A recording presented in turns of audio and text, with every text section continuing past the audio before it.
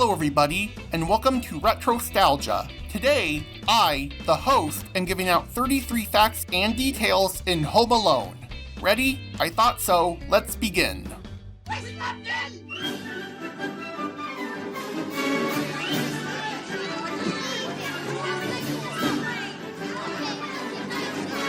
Home Alone was released by 20th Century Fox on November 16, 1990, but it had a sneak preview on November 10 that same year. It was directed by Chris Columbus, who had previously been a writer on Gremlins and The Goonies, and made his directorial debut with Adventures in Babysitting, released in 1987. It was also written and produced by John Hughes, who is also known for writing, directing, and producing many hit films of the 1980s, such as 16 Candles, The Breakfast Club, and Uncle Buck. The budget for the film was an estimated $18 million, and during its entire theatrical run, it managed to make a total of over $476 million worldwide, making it a box office success. Home Alone was originally set to be financed and distributed by Warner Brothers, with Hughes promising that he could make the film for less than $10 million. But he was concerned that the film might exceed that budget, so he secretly met with 20th Century Fox before production began to see if they could fund the project.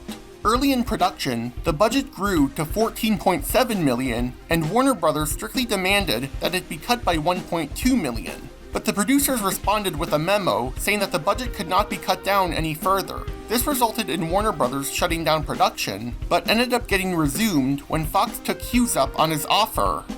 Hughes' first choice to play Kevin McAllister was Macaulay Culkin because of his experience shooting Uncle Buck. Columbus casted 200 other child actors for the part, but he finally met with Culkin and realized he was the right choice. One other child considered for the role was John Mulaney, but his parents refused to let him audition.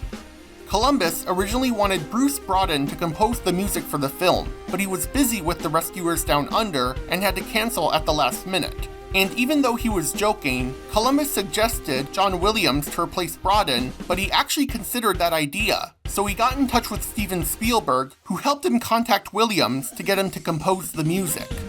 In the film, there's an in-universe movie called Angels with Filthy Souls. Its title comes from the 1938 gangster film Angels with Dirty Faces. The fake film was shot in one day, and the scene was shot on black and white negative film to give it the illusion that it really was a gangster film from that era. Additionally, Ralph Footy was going to play Snakes, and Michael Guido was going to play Johnny, but Footy had knee replacement surgery and was unable to do the moment where he fell to his knees. So, the roles were switched. Keep the change, you filthy animal. Some of Chris Columbus's actual family members make cameo appearances in this film. His mother-in-law and daughter Eleanor can be seen as passengers on the plane. His wife played a stewardess, and his father-in-law played the police officer who checks on the McAllister house and thinks no one is home. There's no one home. The house looks secure. At one moment in the film, Kevin goes through all of Buzz's personal items. One of the things Kevin gets a hold of is a photo of Buzz's girlfriend. Buzz, your girlfriend. Woof. But actually, the girl in the photo was a boy dressed up as a girl, as director Chris Columbus thought it was too cruel to make fun of a girl like that. The girl in the photo was actually the son of Dan Webster, an art director for the film, just with a wig. In that same scene, just before Kevin gets a hold of the picture, you can see him flipping through a Playboy magazine. The pages of the magazine were taped together, as Culkin was only 9 years old at the time of filming, so he would not see any of the naughty pictures. The issue he reads is from July 1989. There's a character in the film named Old Man Marley. Let's talk about him, shall we? First off, the character is presumably named after Jacob Marley from the Charles Dickens novella A Christmas Carol. He was played by Robert Blossom, who unfortunately died in 2011, and his character was not in the original screenplay. And although it was never shown, there is a theory stating that he paid for the toothbrush Kevin accidentally stole at the drugstore.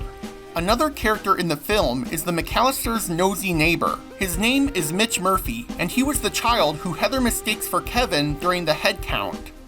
7, 8, 9, 10.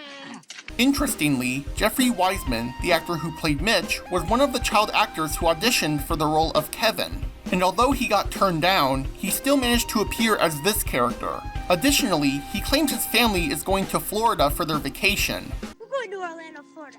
Which is where the McAllisters minus Kevin go to in the sequel. The name of the pizza restaurant the McAllisters get their order from is called Little Nero's. It's Little Nero, sir. I have your pizza? And this is, of course, a reference to the real-life pizza chain Little Caesars. This is a clever name too, as Nero was an emperor and Caesar was a general and statesman, both in ancient Rome.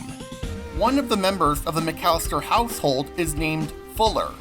Fuller, go easy on the Pepsi. And this kid was played by Kieran Culkin, who is Macaulay Culkin's younger brother in real life.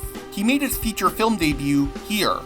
Due to child labor laws, Macaulay Culkin could only work for 5 hours a day. He couldn't work past 10 p.m. They filmed his scenes for the pizza delivery inside the house in the morning, and the pizza delivery boy scenes were filmed at night.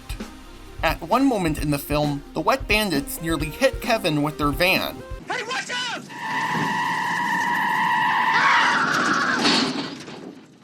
In order to film the shot safely, it was simply filmed in reverse, as in, Culkin was walking backwards while the van was backing up, and in post-production, the filmed scene was played backwards to give it that illusion.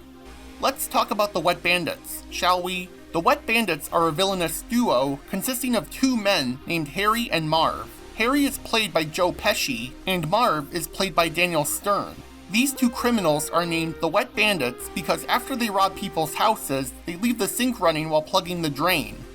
Both Pesci and Stern were not too convinced the film would be a success, so they gave over-the-top performances. In addition, sometimes Pesci tried not to curse because he forgot he was shooting a PG-rated family-friendly movie, so instead of dropping the F-bomb, he said fridge instead.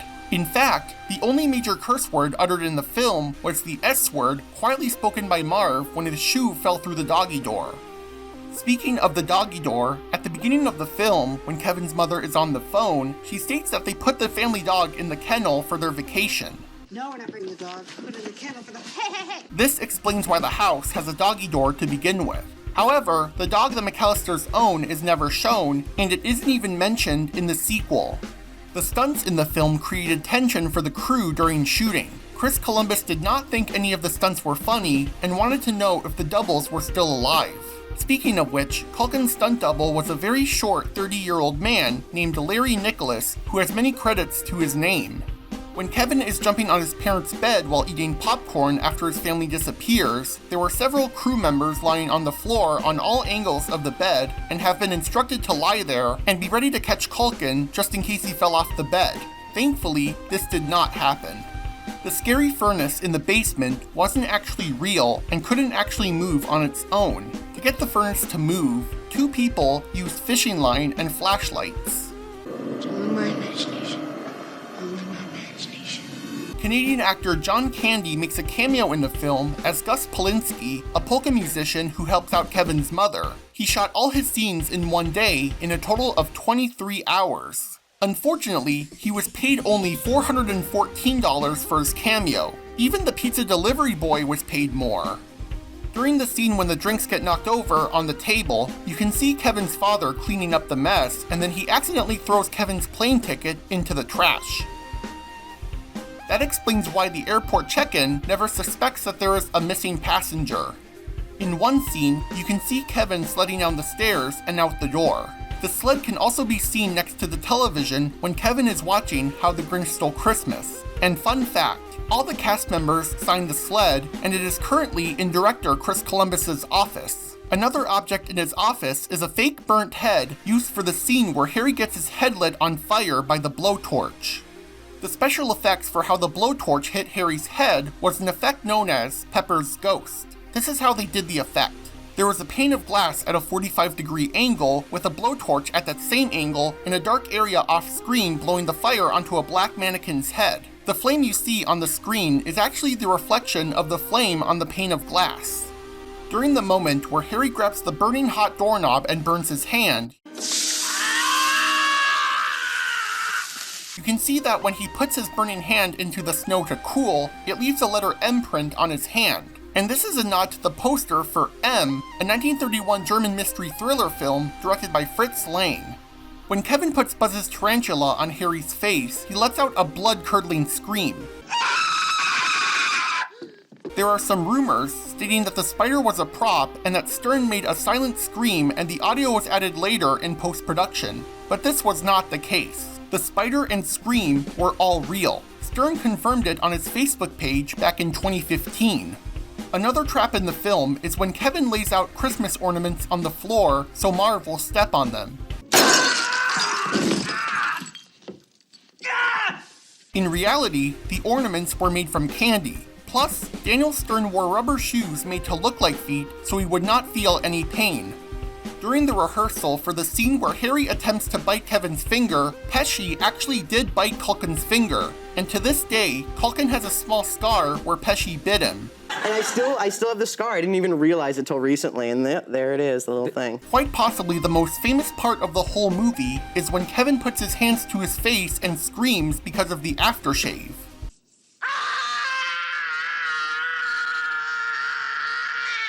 And this is actually a reference to the famous painting, The Scream, which was created by Norwegian painter Edvard Munch. The Scream would go on to be referenced in many films afterwards, such as The Nightmare Before Christmas and Looney Tunes Back in Action. In many shots at the beginning of the movie, Kevin is filmed from above his head, making him seem small and helpless. But at the end of the movie, Kevin is mostly shot from below, making him seem taller and more confident. In December 2018, Macaulay Culkin reprised his role as an adult version of Kevin in an ad for Google Assistant. In the ad, he recreates certain scenes from the film, such as jumping on the bed and watching Angels with Filthy Souls. And look, he finally got to eat his mac and cheese dinner. He is such a child at heart. Upon release, Home Alone received mixed reviews from critics. Audiences were, thankfully, a lot more kind on the film. At the Academy Awards, it was nominated for Best Original Score for John Williams and Best Original Song for Somewhere in My Memory. But it lost in both categories to Dances with Wolves and Sooner or Later from the film Dick Tracy. On the downside though, it received a dishonorable mention at the 1990 Stinkers Bad Movie Awards, showcasing the worst in film. But I disagree. It's a Christmas classic to any fan of nostalgic movies. Well, that's all for now. Did you enjoy this video? Then make sure to click on the like button.